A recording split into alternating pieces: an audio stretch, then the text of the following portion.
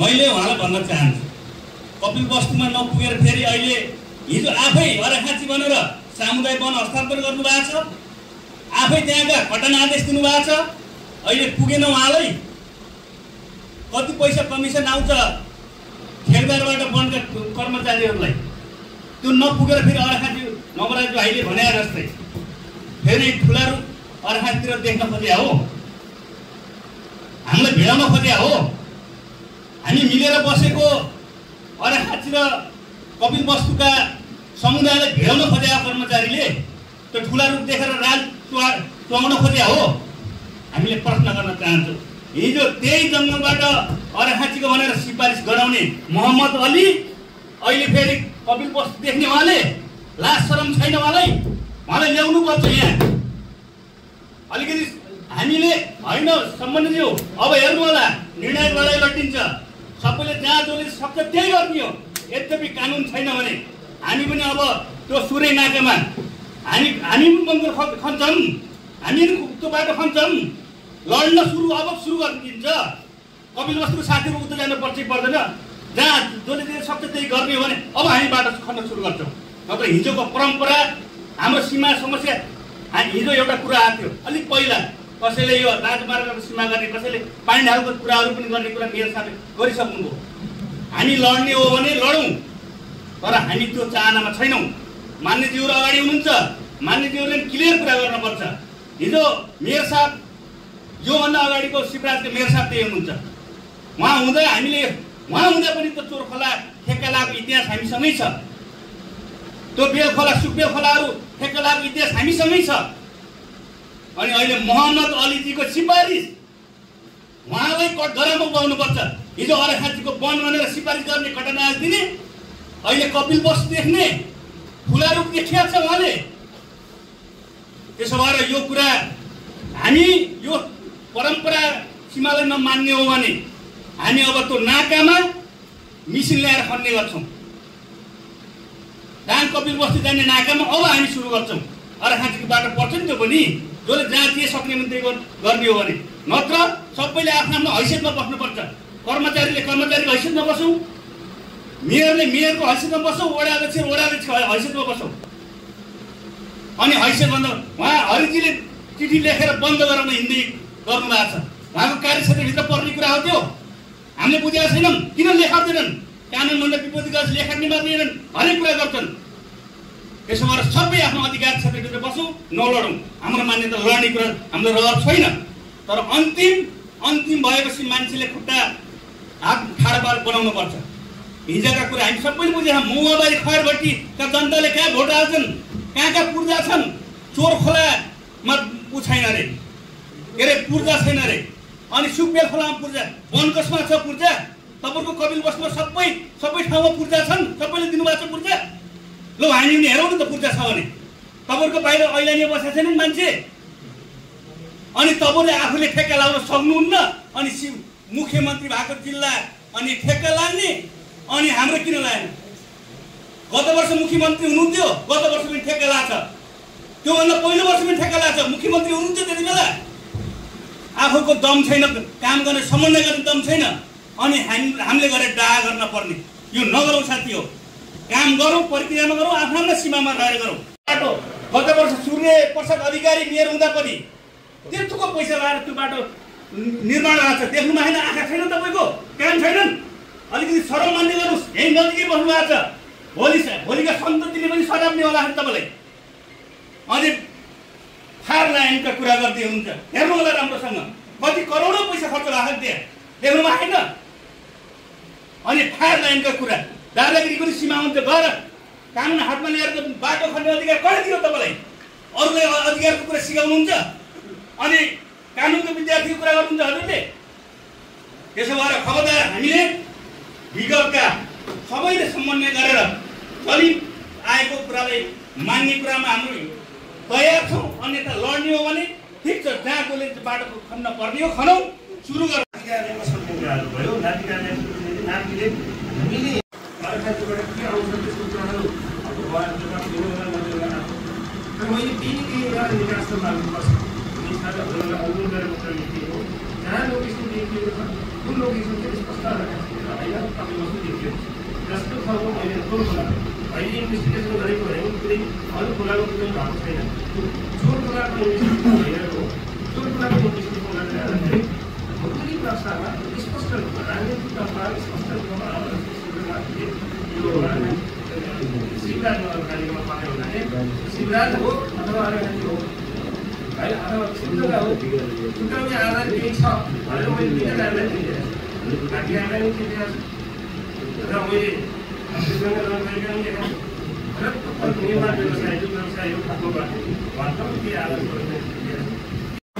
भनिरहेको एउटा कुरा आएको यो सबै कुरा राजु छेत्री सर केएम साहब हुनुहुन्छ साइड मैले आउनु चिन्दैन उहाँले आफ्नो कार्यक्षेत्रमा त अहिलेसम्म 1 रुपियाँ पैसा रायस उठाउनु भएन अहिलेसम्म हेर्नुहोस् है अहिले भनिहाल्नु केएम सरले सबै उपभोक्ताले राजीनामा दिइसकेसम्म भनिसक्नुभयो यति असहयोग गर्नुभयो शिवराजले त पुलिसल्नुहोस् अब त्यहाँ त भ्याउनुभयो अब सिद्धगङ्गामा नि सर्दी हुनुहुन्छ उहाँ विकास विरोधी हो उहाँ रायसो सङ्कलन विरोधी हो उहाँ हामीले किसान गरेर भन्नुपर्छ किनकि जिम्मा दिएको थियो राज्यले वनलाई ठेक्का लाउने जिम्मा दियो हेर्नु होला रेकर्डमा हेर्नु होला अहिलेसम्म ठेक्का लाएन उहाँ के हो राज्यलाई सहयोग गर्ने कर्मचारी हो कि राज्यलाई असहयोग गर्ने कर्मचारी हो त्यो कुरामा हामी स्पष्ट हुनुपर्छ मान्यज्यू यहाँ आउनुहुन्छ धेरै हाम्रा ऐन कानुनहरू झन्डै 13-14वटा ऐन कानुनहरू मार्गदर्शक निर्देशिकाहरू यो ढुङ्गादेखि बालुवा सङ्कलन विकेन्द्रीकरणसँग सम्बन्धित रहेछ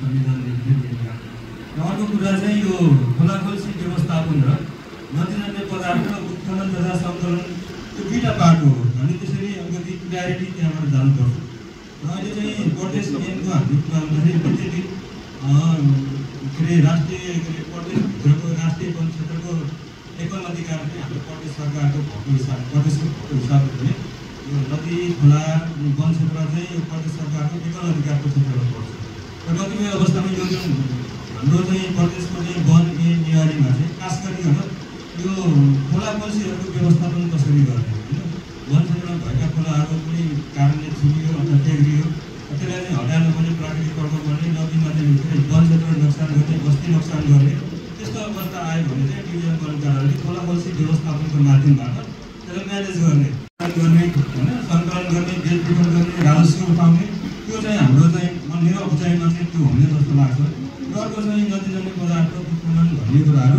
स्थानीय तहलाई पनि डेडिकेट गरेको चाहिँ हाम्रो निर्देशिकाहरू दिनुहुन्छ कतिपय गरेर हाम्रो वन नियममा त्यो कुराहरू छुटेको छ त्यो छुटेको कुरालाई चाहिँ यो नदीजन्य पदार्थ व्यवस्थापन कार्यविधि 2075 स्पष्ट रूपमा चाहिँ त्यहाँ व्यवस्था गरेको देखिन्छ र अर्को चाहिँ त्यसमा चाहिँ अब यो डिभिजन वन कार्यालय र स्थानीय तहले चाहिँ एक आपसमा चाहिँ त्यो चाहिँ निषेध गरेको अवस्था चाहिँ छैन त्यसमा चाहिँ डिभिजन वन कार्यालय र स्थानीय तहहरूले पनि नदीजन्य पदार्थको चाहिँ सङ्कलन गर्ने र व्यवस्थापन गर्ने चाहिँ व्यवस्था त्यसमा गरिएको अवस्था चाहिँ छ वन क्षेत्रभन्दा बाहिरको केसमा चाहिँ स्थानीय तहहरूले नियमअनुसार प्रक्रिया पुरा रागी गर्नुपर्ने छुट्टी गर्नुपर्ने होइन अनुगमन समितिको चाहिँ हितधारी गर्नुपर्ने ठेक्का लगाउने सम्झौता गर्ने कार्यदेखि चाहिँ प्रावधान छ तर त्यही अवस्थामा चाहिँ वन क्षेत्रबाट गर्नु पर्यो भने सबै प्रक्रिया पुरा गरेर डिभिजन वन कार्यबाट चाहिँ यो खाँची र कपिलवस्तुका बस्तीहरूमा आगो लगाउने काम कहाँबाट सुरु गर्यो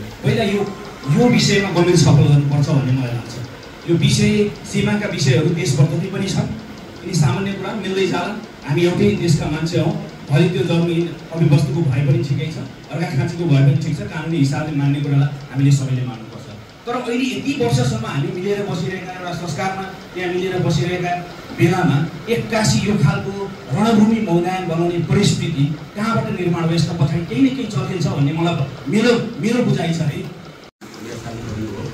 पञ्चायत कालमा पनि यस्ता विवादहरू थिए भारी ढल आदि इत्यादि भनेर जुन दिएर काम चलाउँथ्यो त्यतिखेर केही मतलब छैन ढुङ्गा बालु भित्तिमा केही अर्थै थिएन खोला जाने खोलाबाट फटाफट उठाएर ल्याएर हामीले घर बनाएको कोही हुँदाखेरि गुवाटी कमरै थिए त्यतिखेर त्यत्रो धेरै चाहिँ महत्त्व यसको थिएन जब यसको महत्त्व लिँदै गयो अनि पछि यसमा चाहिँ विवादहरू बढ्दै गयो सिमाना खोजिँदै गयो र मलाई लाग्छ यो किन यसरी हुन्छ भन्दाखेरि यसको पैसा पर्न थाल्यो अब पैसा पर्न थालेपछि ठेकेदारहरू ठेका लिन थाले। ठेका लिने भएपछि यता तबबाट यतिको गराइदिने, उताबाट उता गराउने, यो पनि एउटा सिस्टम सुरुवात। मैले आफैलाई मलाई के थाहा छ भने चोरखोलाको कुरा आएको छ नि, यहाँ क्याबिनेट भन्नुपर्छ। चोरखोला पहिले म चौबन्नको गाविस अध्यक्ष सिमपुरको, त्यस ताका हो या मभन्दा अलिकति पहिले, मभन्दा अलिकति पहिलेदेखि त्यहाँ चाहिँ पिप्राको एकजना रमेश भन्ने मान्छेले ठेका लिएका चोरखोलाको कपिल वस्तुबाट 2 वर्षसम्म उसले ठेका लिए। कपिल वस्तुबाट आयो। अब हामीले त केही धेरै म त्यतिखेरको अध्यक्ष भयो, त्यत्रो धेरै चासोको विषय भयो, ठिकै छ भन्ने भयो। त्यस्तो धेरै वास्ता गरिएन, आमदानी पनि धेरै आउँदैन, 20-30 हजार मामुली कुरा हुन्थ्यो।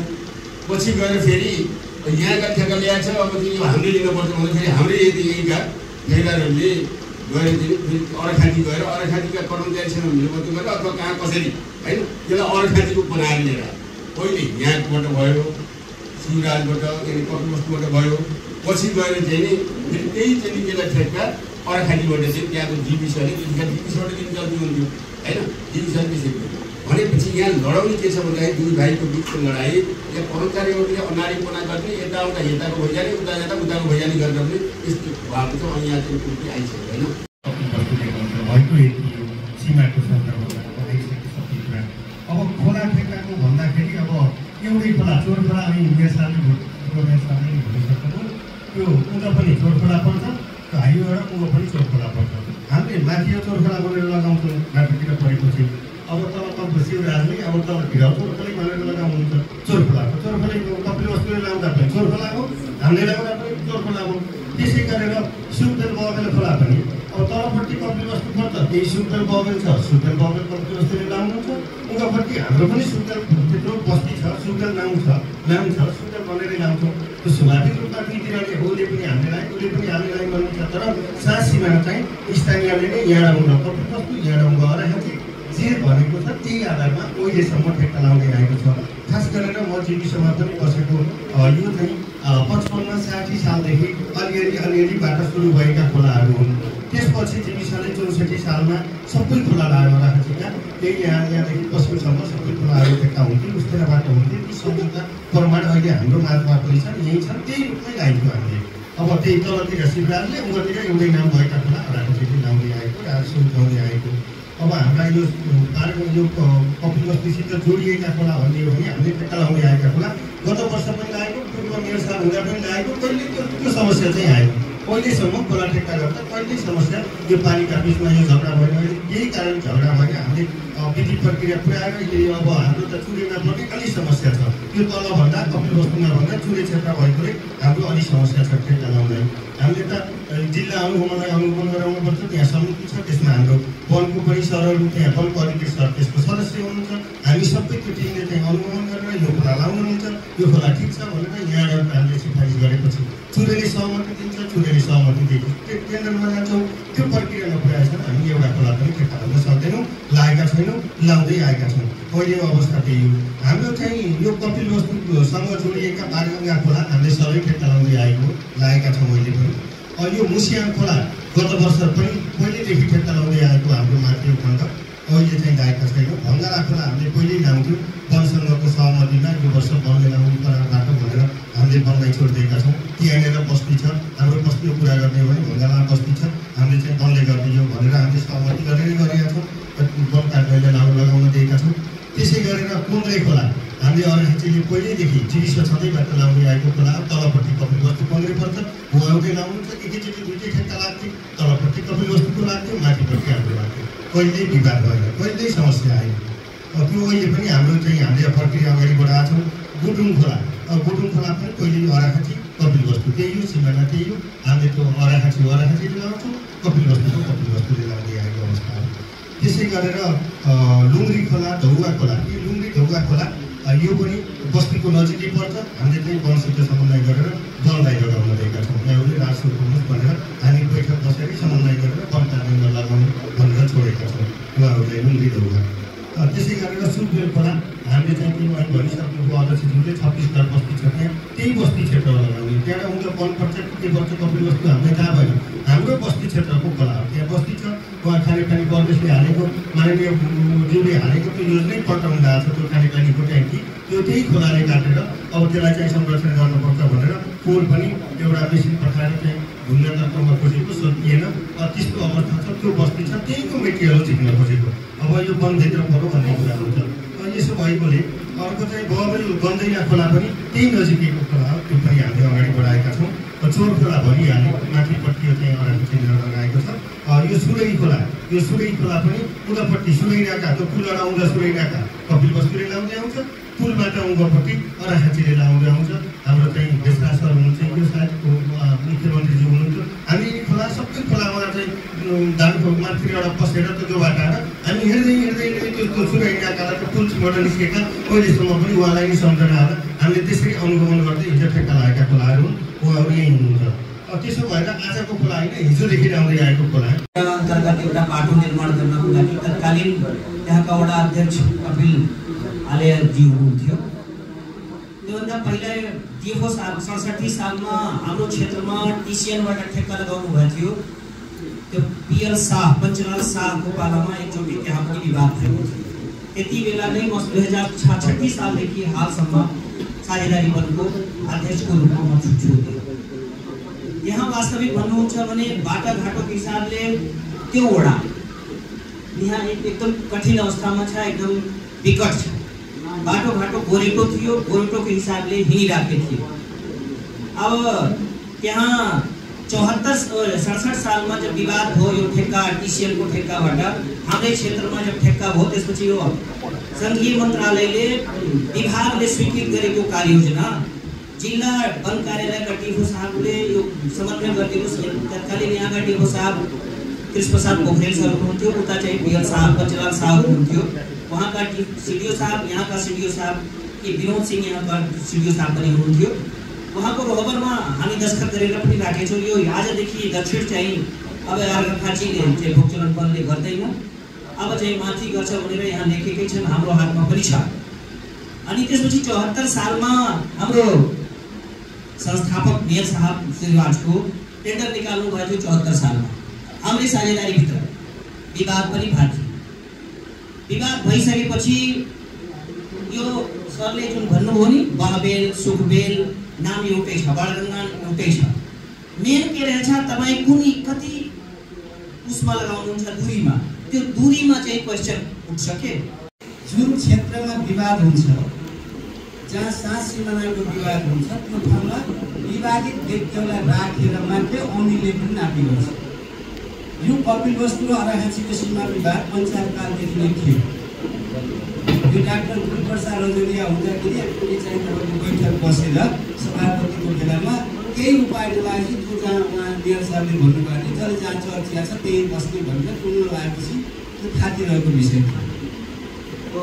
यसकारण कमसेकम चाहिँ यो यही सरकार होला नि त, त्यो नापी विभाग होला, त्यो सरकार तत्कालीन अहिलेको नेपाल सरकार जे भए पनि राज्यले लालपट्टाहरू वितरण गर्ने नक्सा नापी गर्दाखेरि कपिल वस्तुको भूगोल अथवा कपिल वस्तुसँग किन समन्वय गरेन, अथवा सिधै जिल्लाको भूगोलको चाहिँ नक्सा गर्दाखेरि किन चाहिँ फेरि कपिल वस्तुलाई अराखाँचीकोलाई किन चाहिँ समावेश गरिएन, यो चाहिँ धेरै गम्भीर विषय छ। हामीले धेरै जस्तो कामहरू चाहिँ कपिल वस्तुसँग जोडिएर यो बाटोलाई परे गरेर गर्नुपर्ने अवस्था रहेको हुनाले हामी चाहिँ अलिक गम्भीर अवस्थामा छौँ कि भन्ने हामीले कोसिस गरेको। किनकि हामीसँग भएका वस्तुहरू पनि यतै खपत हुने र हामीले बाटो पनि यहीँ प्रयोग गर्नु र हामी फेरि डाँडामा बस्ने मान्छे है, हाम्रो सम्पत्ति तल र हामीले चाहिँ यो सम्पत्तिलाई चाहिँ संरक्षण गर्न सकेनौँ कि भन्ने हामीलाई लागेको हो। र मैले यहाँ अलिकति कुरा सुने, मलाई अलि चित्त पनि दुख्यो। दाजुलाई त म चिन्दिनँ है, मैले भर्खरै देखेँ। दाजुहरू दुईजना हामी चाहिँ यो वन उपभोक्ताको अध्यक्ष छौँ भनेर कुराहरू गर्नुभयो। अब उहाँहरू तपाईँहरूलाई एउटा वन उपभोक्ता समितिको अध्यक्ष भइरहँदा आफ्नो गाउँ ठाउँको यति धेरै चिन्ता हुन्छ भने हामी पनि त जनप्रतिनिधि भएर पनि हजुरहरूले सिधै यसरी भनिदिनु भएन कि सिद्धगङ्गा नगरपालिका यत्रो देशको ठुलो नगरपालिका छ, त्यो नगरपालिकाले भूगोल अधिकारी दिँदा के फरक पर्छ, कसरी दिनु दिन मिल्छ र मिल्दैन होला नि त। हजुरले त्यस्तै कुरा गर्नुभयो होइन है, त्यस्तै कुरा गर्नु। मलाई हामीलाई अप्ठ्यारो लाग्यो। बरु त्यहाँ शिवगङ्गा नगरपालिकाले ठेक्का लगाइरहँदाखेरि विधिपूर्वक दिएको छ कि छैन, त्यहाँनिर कुनै कमजोरीहरू छन् कि, नगरपालिकाले निगरानी राखेन कि, कानुनकाहरू पुगेनन् कि, त्यो त्यहाँहरूले उठाउन सक्नुहुन्छ। तर त्यो पनि एउटा सरकार हो नि यहाँ जस्तो एउटा कुरा। अर्को कुरा, त्यहाँ जति कुराहरू भएका छन्, जति खोलाहरू छन्, तिनका नामहरू एउटै छन् क्या। तिनका नामहरू एउटै भइराख्दाखेरि हामीलाई अलिकति त्यहाँबाट पनि समस्या भएको हो कि। र अर्को कुरा आदरणीय दाजुले यताबाट भन्नुभयो, अब यो कुराहरू चाहिँ हामीले आज यो लडाइँका पाटाहरू नजाउँ, यसको पनि विधि होला, प्रक्रिया होला। हामी एउटा सबै जानेको लेभलको मान्छे छौँ, यहाँ कमजोर मान्छे कोही हुनुहुन्छ जस्तो मलाई लाग्दैन। सबै पढाइ लेखेको हुनुहुन्छ, सबै जानेको हुनुहुन्छ, सबै भोगेको हुनुहुन्छ, धेरै एकदमै प्रमुख व्यक्तिहरू हुनुहुन्छ। अब हामीले अब खोजेको त्यही माग थियो उहाँको, र त्यो प्रक्रिया अगाडि बढाउने पिएफओ चाहिँ विधानमा हुनुहुन्छ। उहाँ फर्किँदा नफर्किँदा अहिले समितिले के हुन्छ मिलाएर ठेक्का गरिआउने भन्ने भएपछि त्यो ठेक्का लागोस् अनि दोहोरै काम सुरु गर्ने भन्ने कुरा भयो।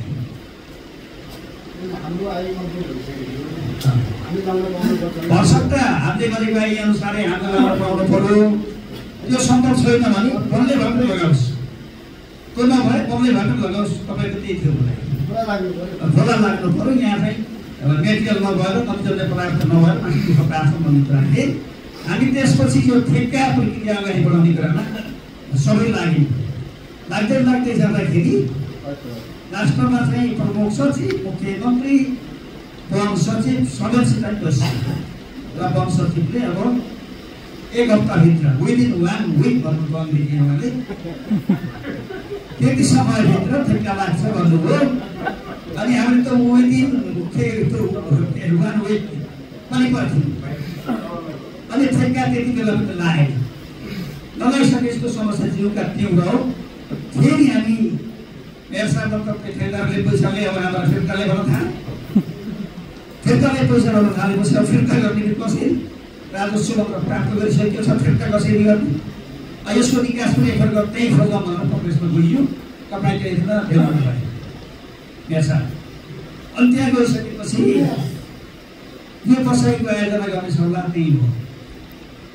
एउटा मान्यजी हुनुहुन्छ क्षेत्रको सीमासित हाम्रा सम्बन्धित मान्यहरूलाई राख्ने दुईवटा समन्वय प्रमुख भइहाल्नु पऱ्यो। दुवैतर्फका मेयर साहब, प्रमुख जिल्लाधिकारीज्यूहरू, वडा अध्यक्षज्यूहरू, पूर्व मेयर साहब लगायत पिटिएफओ साहबहरू बसेर छलफल गरेर एउटा टुङ्गो नपुग्ने भन्ने खालको कुरो भइसकेपछि हामी आज यो बसाइको आयोजना गरौँ। र मैले सबै बोल्दै जाँदाखेरि यो भेषराज भुषाल भन्ने मान्छे तराई चाहिँ सँगै चाहिँ अनुगमन गर्ने, सँगै काम गर्ने गरेका ट्याक्क निकास दिनु त आज पनि निकास दिइसक्नुहुन्छ।